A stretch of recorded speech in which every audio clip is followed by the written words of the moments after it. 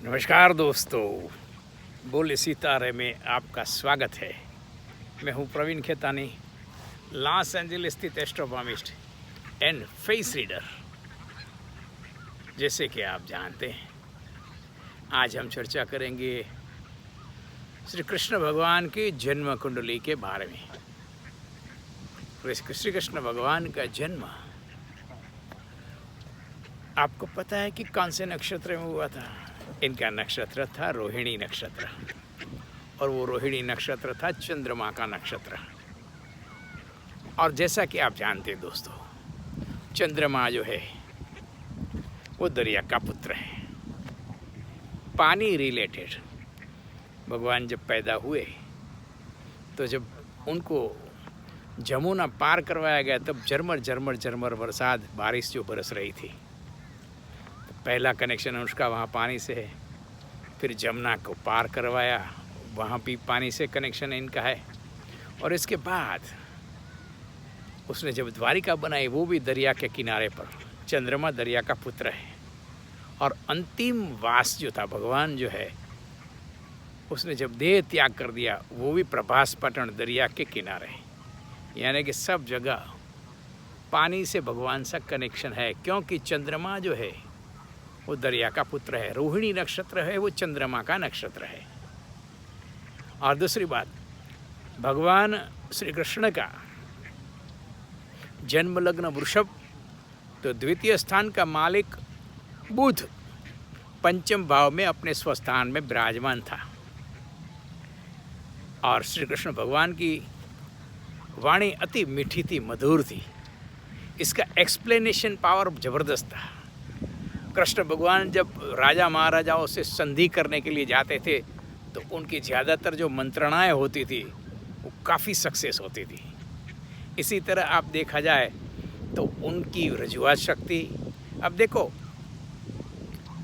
जब कृष्ण भगवान ने युद्ध के मैदान के अंदर, कृष्ण भगवान ने युद्ध के मैदान के अंदर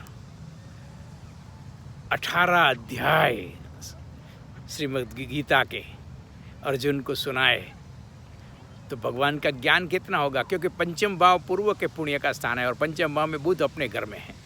और सीधी बात है, भगवान विष्णु के ये अवतार ही थे, तो पंचम भाव इनका मजबूत क्यों ना हो? अब देखो, इसकी कुंडली की हर एक चीज़ में आप पहलू में देखेंगे तो आपको ढेर सारी चीज़ें जो है वो समझ में आ जाएगी कि एक ज़बरदस्त योग बन रहा था भगवान कृष्ण की कुंडली में। अब द्वितीय स्थान का मालिक जो है वो वाणी का स्थान है, धन स्थान भी है। अब जो लक्ष्मी जी जिनकी पत्नी हो, उनको बोला धन की क्या कमी, मगर मनुष्य रूप में जन्म लिया था। इसलिए हम इनका जो विवरण करेंगे वो एज ए मनुष्य के हिसाब से ही करेंगे, क्योंकि मनुष्य जन्म लिया तो भगवान ने जो जो लीला की मनुष्य के रूप में ही की। तो इस तरीके से जो है हम चलते हैं। और दोस्तों, दूसरी बात, भगवान श्री कृष्ण जो है इनका जन्म रात को हुआ था, अंधेरे में जन्म हुआ था। इसलिए देखो, कृष्ण पक्ष की अष्टमी को जन्म हुआ था। और चंद्रमा का नक्षत्र, चंद्रमा का मतलब होता है माँ। और चंद्रमा जब भी कमज़ोर हो जाता है कुंडली में, तो माता को काफ़ी कष्ट झेलना पड़ता है। और आप देखेंगे कि देवकी जी को काफ़ी कष्ट सहन करना पड़ा जब उनका सगा भाई ही उनकी संतान को मार डाले। इससे और क्या दुख हो सकता है? दुनिया में ऐसी कोई भी स्त्री आप ढूंढ लो, ऐसी कोई घटना होगी ही नहीं। यानी कि दुखों का पहाड़ था। कहने का मतलब कि भगवान जिनके घर पैदा हुए उनको भी दुखों का पहाड़ था। तो मेरी और तुम्हारी तो क्या बात है? हम छोटी छोटी बात में घबरा जाते हैं, हम छोटी छोटी बात में भगवान से कंप्लेन करते हैं। उसने कभी कंप्लेन की। और दूसरी बात, देवकी का जन्म के बाद कभी इनके साथ है ना भगवान का संपर्क हुआ नहीं। माता और मातृभूमि से वियोग होता है। तो पहला भगवान का जन्म हुआ, और इसके बाद माता से वियोग हुआ, मातृभूमि से वियोग हुआ। अंधेरे में जन्म है, और वो भी जेल में। 12वें स्थान में केतु है। 12वें स्थान का केतु जो है वो बंधन और अंत में मोक्ष। भगवान का 12वें स्थान में केतु है, तो भगवान ने देखो अंत में भगवान भगवान को तो मोक्ष होता है, भगवान खुद दुनिया को मोक्ष देते, उसको क्या मोक्ष।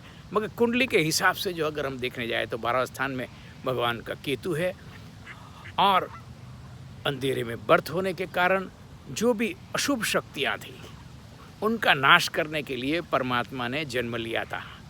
और अशुभ शक्तियाँ हमेशा रात को ही उत्पन्न होती है, दिन को जो है वो पॉजिटिव एनर्जी होती है, रात को नेगेटिव एनर्जी होती है। और दूसरी बात, कृष्ण भगवान का मूल हेतु क्या था? उसका जन्म का मूल हेतु यही था कि अधर्म का उच्छेद किया जाए और धर्म का स्थापन किया जाए। अब कुंडली में 9वां स्थान जो है वो धर्म का है, वो धर्म भुवन माना जाता है।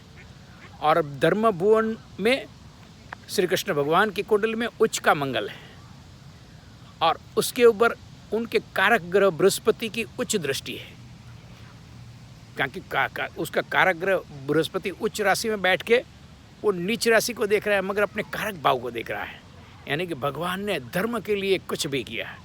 हाँ, मंगल वहाँ बढ़ा हुआ है कि धर्म के लिए भगवान ने जहाँ हिंसा कर रही है, क्योंकि मंगल युद्ध का देवता है, तो वहाँ भगवान ने हिंसा भी की, मगर इनका अंतिम लक्ष्य तो धर्म को स्थापित करना ही था। और अंतिम लक्ष्य को स्थापित करने के लिए भगवान ने वहाँ जो है, आप देखो मंगल के ऊपर बृहस्पति की दृष्टि है, और भगवान ने कितने ज्ञान की, भगवद गीता में 18 अध्याय जो है पूरे ज्ञान पूर्ण विवेचन दिया। भगवान की रजुआ शक्ति कैसी होगी उनके द्वितीय भाव से देखा जाएगा। अब देखो, इनकी कुंडली में इनका सूर्य कमजोर है। सूर्य का मतलब है पिता। भगवान श्री कृष्ण के पिता का कहीं उल्लेख है ही नहीं, सिर्फ भगवान के पिता का वासुदेव जो है उनके पिता थे, और बस इतना ही है, क्योंकि वो तो अंधेरे में ही रहे, अर्थात उनका कहीं भी जिक्र नहीं किया गया है। तो सूर्य के हिसाब से उनका इतना कोई प्रभाव नहीं रहा। हालांकि उनका प्रभाव ऐसे तो हाईली स्पिरिचुअल थे, मगर यहाँ अगर कुंडली के हिसाब से देखा जाए तो उनका इतना प्रभाव नहीं। ज़्यादातर इनकी माता का ही नाम ज़्यादा लिया जाता है, देवकी का ही नाम लिया जाता है, क्योंकि चंद्रमा रोहिणी नक्षत्र में इनका जन्म है, और इसलिए रोहिणी नक्षत्र होने का उनकी माता का बात। अब देखो, इनकी माता का तो उनको सुख मिला ना, इनके बाद इनकी पालक माता जो है यशोदा, इसका उसको काफ़ी सुख मिला, और भगवान काफ़ी समय तक वो गोकुल और मथुरा में, और 75 ईयर यानी कि 75 साल के बाद भगवान ने जो है द्वारिका की रचना की, और वो भी दरिया किनारे। और दरिया जो है, दरिया का पुत्र है चंद्रमा, इसलिए दरिया के कांठे उसने पूरी सुवर्ण की नगरी जो है वो बसाई। और अब देखोगे कि भगवान जो है उसने वहाँ सब सुंदरतम बाग बगीचे सब बनाए, और अंत में भगवान का छठा रोग और शत्रु भुवन देखो। रोग और शत्रु भुवन में राहु और शनि उच्च राशि में बैठा हुआ है, और जब राहु और शनि ये दोनों अशुभ ग्रह है और अशुभ स्थान में वो शुभ फल देते हैं, ये सिद्धांत के अंतर्गत भगवान ने रोग और शत्रुओं का उच्छेद किया। और भगवान ने, याद रखो, भगवान ने युक्ति प्रयुक्ति से ही सब काम किए। वृषभ राशि जो है और वृषभ लग्न जो है वो हमेशा कोई भी काम करती है युक्ति प्रयुक्तियों से काम करती है, और भगवान ने युक्ति प्रयुक्तियों से ही सब काम जो है वो निपटा है, चतुराई पूर्ण काम निपटा है। भगवान की आंखें बड़ी सुंदर थी, क्योंकि शुक्र का लग्न था, और उन लोगों की आंखें जो है वो मैग्नेटिक होती है, दूसरों को आकर्षित करती है। ऐसे भगवान कृष्ण का आने वाले दिनों में कृष्ण पक्ष की अष्टमी को जन्म है, तो दोस्तों इस दिन उपवास रखें। हमारे जो स्वामीनारायण के सत्संगी और भगवान स्वामीनारायण ने भी कहा है कि उस दिन हमारे सत्संगी उपवास रखे। तो ऐसे नारायण का स्वरूप कृष्ण भगवान का बर्थडे है, और आप सभी को इनकी खूब खूब बधाई। और दोस्तों, आपने अभी तक हमारी चैनल सब्सक्राइब न की तो चैनल सब्सक्राइब करना न भूले, और बेल का बटन भी दबाएं, यानी कि आने वाले दिनों में कोई भी वीडियो आपके लिए सबसे पहले हम ला सके। शांति से सुना। नमस्कार एंड धन्यवाद।